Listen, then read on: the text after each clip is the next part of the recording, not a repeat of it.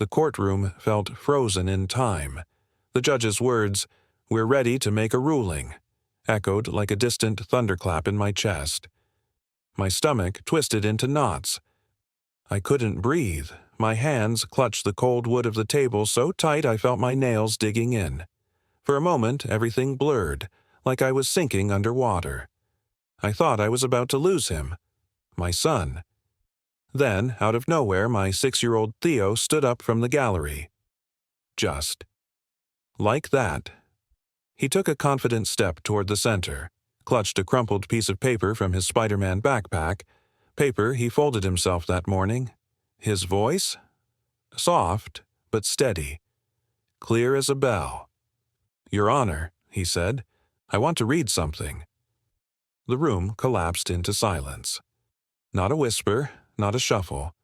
All eyes, grown-up eyes, focused on him. Tiny boy in an oversized navy sweater, standing tall before a judge, clutching that letter like it might save him. I couldn't speak. I couldn't move. Just stared, feeling my heart pound so loudly I thought it might burst. Then he said things that changed everything. "My name is Jessa Carter. I'm 33. I'm a freelance graphic designer, and I'm the mother of a little boy named Theo. He's 6, loves dinosaurs, peanut butter on everything, and sleeping with the lights on. Shares my eyes. Has that quiet, steady way of watching the world, like he's studying it, trying to understand it. Before all this chaos, before the nightmare, the life we had was simple, not perfect, but ours. Small house on the town's edge. Rent that was manageable. A backyard with a sandbox, and a rusty swing I bought secondhand. It wasn't much, but it was everything. And then it happened. Aaron, Theo's dad, my husband, died in a car accident. 2 years ago, a rainy Tuesday. I remember the moment I got the call. Chicken stir-fry, still cooking. I never made it again. For a while, I wasn't sure how to go on, how to breathe without him. We'd been together since college. He was the first person who made me feel safe. When he died, I lost not just my partner but the future we'd planned. But Theo, God, Theo, he's kept me going. Somehow, he's the reason I still stand. In that courtroom, I saw him, standing so brave, holding on to his words and his truth. He looked at me, little shoulders squared, eyes full of fierce hope. That boy, even in the darkest moments, finds a way to remind me that even in chaos, there's still something worth fighting for. As I sifted through Aaron's belongings, my hand brushed against an envelope. No stamp, no return address, just my name scrawled hurriedly. My heart stopped. Inside, I found a photo I'd never seen before. A man, unfamiliar, holding a small boy with those same earnest eyes. Clutched in a trembling hand was a note, written in hurried ink. "This is your brother. He's safe and waiting." Shock hit me like a punch. The world I thought I knew was cracking open, revealing secrets I never imagined. Is this really true? Could I be looking at a brother I've never known? Every nerve in my body tingled with disbelief as I stared at that small, innocent face. The rain outside tapped against the window, as if echoing my racing thoughts. My mind spun. Was everything I believed about my son's past, about my own story, about our family, about to blow apart? Or was this just another chapter I wasn't ready to face?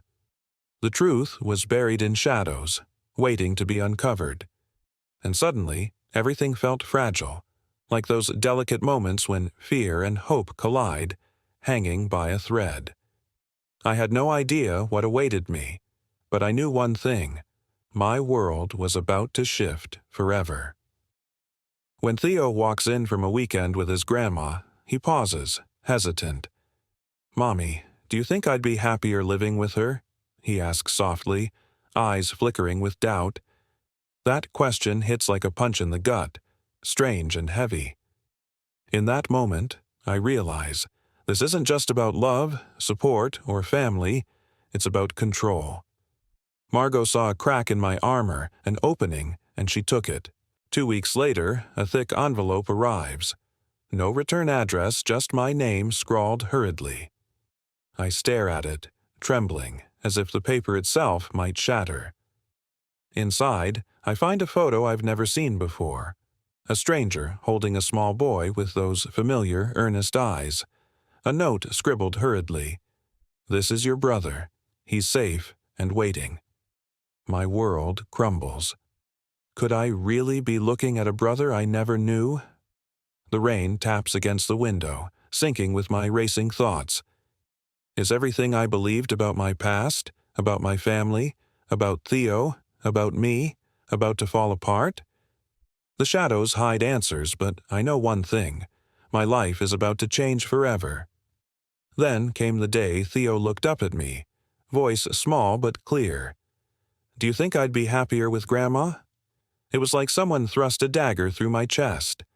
This wasn't just childhood curiosity, it was someone trying to take control.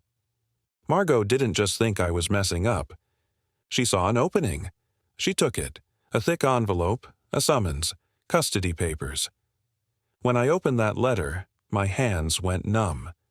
The words, "petition for custody," stared back, cruel and cold. I sank to the kitchen floor, clutching the crumpled paper. Theo's in the living room, oblivious. Cartoons playing, innocence intact, while the ground beneath him starts to shift. Margot claims I'm emotionally unstable, financially insecure, unable to provide stability. Paints me as a wreck, unfit to raise my son. And maybe, part of me agrees. I've cried in the shower, lost track of days, but I show up. Every single day. I feed him, hold him, kiss him goodnight. I am his safe place. Now, someone's trying to take that away. I call Lena, my sister. She arrives fast, reads the papers, her face tight. She's playing dirty, Jess, but you can't let her win. I hire a public defender. Overworked, kind, but unsure. His advice: stay calm, stay respectful, document everything. Meanwhile, Margot's lawyer is a top-tier, high-profile specialist, the kind who eats these battles for breakfast. And I wonder, how do you fight when the odds are stacked so high? What does it really mean, protecting your family? Sometimes it's just surviving. Sometimes it's fighting for everything you love, even when everything seems to be slipping away. It's a quiet evening, the kind that feels heavy before a storm. Theo's tiny fingers grip my hand tight in the courtroom, his wide eyes flickering nervously between the stern faces on the other side of the bench. Outside, the wind picks up, rattling window panes carrying a faint, urgent sound, like a whisper of warning. Just as the judge leans forward about to deliver a verdict that could tear everything apart, the room feels frozen in time. The silence stretches, thick as fog. I hold my breath. Will this decision push us past our limits, or will it finally open a door we didn't see coming? Inside, Theo's innocence contrasts sharply with the weight of the moment. His trembling hand is clutching mine like a life raft. My heart pounds with every slow second. We've fought so hard, but now... This could be the moment everything changes forever. I glance at him, wondering. Is this what it feels like to stand at the edge of everything you love, knowing the next move could either break you or break you free? And then, all at once, a gust hits the window, the kind that makes the room seem to shake, carrying that muffled, urgent sound, like a warning. As the judge finally opens her mouth, a question burns in the air. Will the verdict finally push us into darkness, or will it crack open a new path? That pause. There's no turning back now. The room holds its breath. The world waits. Will this be the moment we lose it all, or the moment we fight even harder for what's ours? The story's not over yet. Behind the heavy courtroom door, Theo's small voice echoes in my mind. Will I have two homes now? But I can't let him see my fear. I squeeze his hand tighter. I breathe in deep, rain-tinged air, the scent of damp leaves, and steel myself for whatever's coming next. Because we've survived so much already, We're still here, standing tall, even when everything's falling apart. That's what counts. That's what keeps us going. Darkness settles heavy outside, rain pounding against the windows, wind whipping the porch swing into a steady rhythm. Inside, Jessa's trembling hand reaches beneath a pile of unpaid bills, stale, yellowed with age, and pulls out a battered envelope. Her fingertips graze its edge, trembling as if the weight of the world is stacked in that tiny fold. A flicker of hope flickers in her eyes, but then she notices a crumpled note tucked inside, folded so small it could vanish in her palm. Her heart clenches. Does she dare open it? Because outside, footsteps echo. Someone's coming. A new secret. A revelation that threatens everything she's fought to hold. Will she find the strength to face what's inside? Or will the truth behind that note collapse what's left of her fragile hope? The storm outside mirrors her chaos, and as her hand hovers, the silence stretches. Heavy. Just beyond her reach, her future hangs in the balance. She hesitates. The minutes tick by. Every breath feels like a gamble. The wind howls louder. Her nervous glance catches a shadow in the doorway. Is it finally time, or a disaster waiting to strike? Amid the pouring rain, her gripping hope could break apart, or finally, crack open a new beginning. The courtroom was heavy with silence, every breath suspended. Outside, rain battered the windows, cold drops whispering secrets as wind rattled the old glass. Theo clutched his backpack, tiny fingers trembling, eyes wide with a mix of hope and fear. His young face held a quiet bravery, but underneath I saw the storm brewing, an innocence caught in the crossfire of adult battles. Jessa sat nearby, hands trembling beneath the weight of grief and chaos. Mourning her husband, fighting to keep it together as the wheels of justice turned. She had every reason to crumble, but she stayed anchored, watching her boy step forward. Suddenly, Theo's small voice broke the silence, breaking my heart open. He held a paper, folded tight like a secret. "Can I read something?" he asked, voice steady despite the trembling in his hands. The judge's brow lifted in surprise. My stomach clenched. What could a little kid possibly have to say that might change everything? Outside, leaves rustled, nature's whispers blending with the pounding rain. Every second stretched heavy like a rope tightening around us. Will this moment tear us apart, or will it finally set us free? The room holds its breath. Just as the gavel rises, a startling revelation lurks, something no one saw coming. Our fragile family, standing on the edge of a knife, is hope about to slip away, or are we on the brink of a new beginning? In that silence, I know one thing. Nothing will be the same after this. The storm outside rages on. Inside, tiny Theo waits, courage shining brighter than ever. Time to face whatever comes next, knowing we might just find our way through the darkness. "Yes, sir, it's for you." The room suddenly went dead quiet. Even Margot was frozen, like she didn't know what to do. The judge's eyes shifted between me and Theo, like he wasn't expecting this. "All right," he finally said. "Go ahead." Theo hesitated, then slowly unfolded the crinkled paper, smoothing it on the desk in front of him. He cleared his throat, small and brave, holding that paper like it was fragile glass. "My name is Theo Carter," he started. "I'm 6 years old. I like dinosaurs, grilled cheese, and playing with my mom. I want to live with my mom." Nothing moved. The judge leaned forward, elbows on his desk, watching. Theo looked down at his notes, voice steady despite his trembling hands. "My mom gives me hugs when I feel sad. She makes pancakes on Sundays. I get to pour the syrup, even when I spill it. She laughs at my jokes, even the bad ones." A pause. "When I have nightmares, I crawl into her bed. She calls me her heart." My heart clenched, my eyes getting hot. I fought back tears, refusing to blink. I didn't want to miss a thing. Theo kept going, clutching the paper like it was a lifeline. Sometimes we miss my dad. We cry, and she tells me stories. We light a candle and say good things about him. She says it's okay to feel sad, and okay to feel happy again. He looked up at the judge, then paused. I know Grandma loves me, but she says my mom is too soft. His voice softened, sincere. I think being soft is good. I want to live with the person who lets me be a kid. He carefully folded the letter, eyes scanning the room. Everyone's still. Even Margot looked down. I just thought you ought to know, he said quietly. Then he turned to me, sliding into the seat beside, grabbing my hand. I felt like I was about to break apart. But I couldn't. Not yet. The judge sat back, silent for what felt like forever. The tension in the room was electric, like static in the air. Finally, he broke the silence.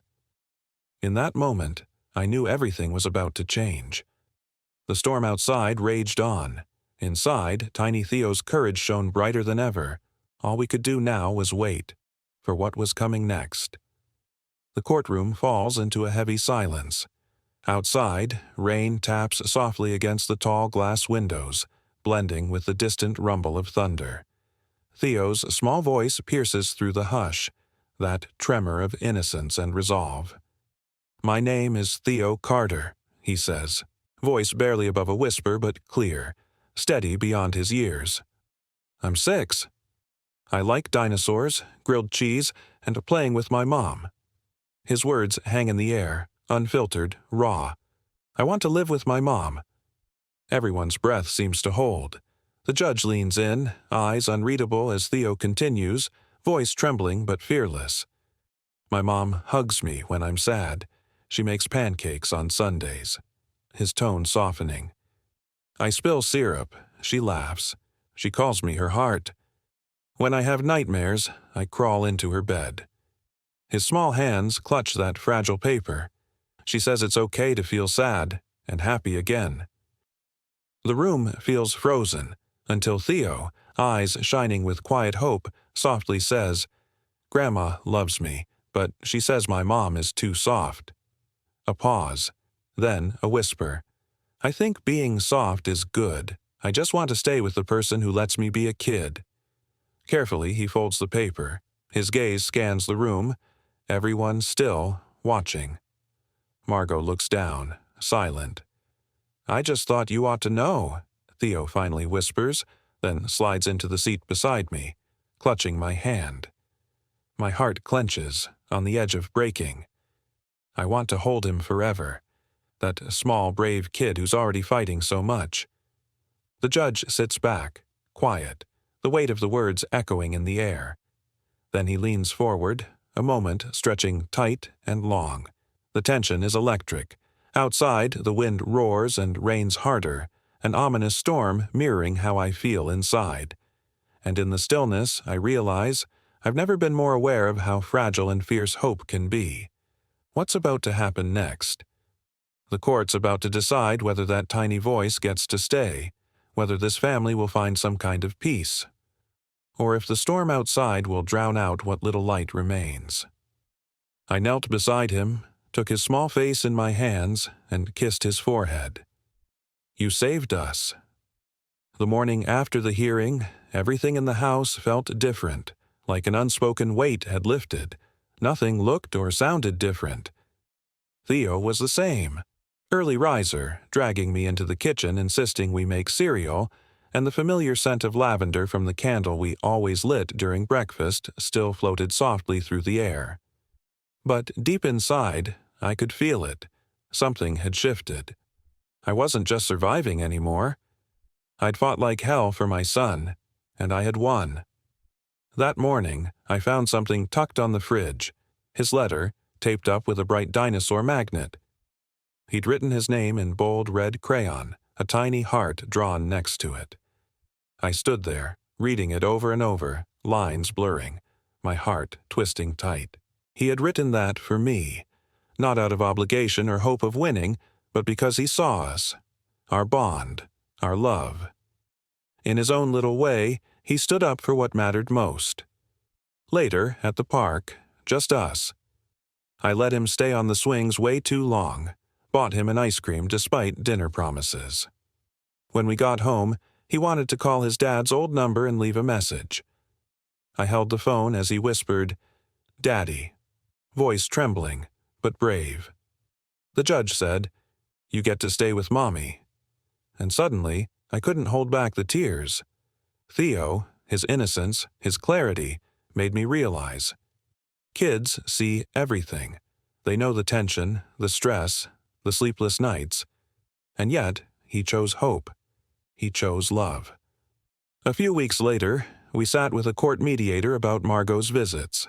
Civil, controlled. I agreed to supervised visits, not because I wanted her in our lives, but because Theo loved her in his own way. This isn't just a story of courtroom battles or legal wins. It's about a boy choosing to believe that even amidst chaos, love endures. And sometimes that's all it takes to turn the storm into a new beginning. I knelt by him, my hands trembling as I took his small face into mine. He looked up at me, eyes wide with innocence, and I kissed his forehead, hot tears burning behind my eyes. "You saved us." The morning after the court's decision, every corner of the house felt different, lighter somehow. Yet nothing else had changed. Theo was still the same, quick to wake, dragging me into the kitchen demanding cereal, the scent of lavender lingering from our usual morning candle. But beneath the surface, I felt it. Something had shifted. I wasn't just surviving anymore.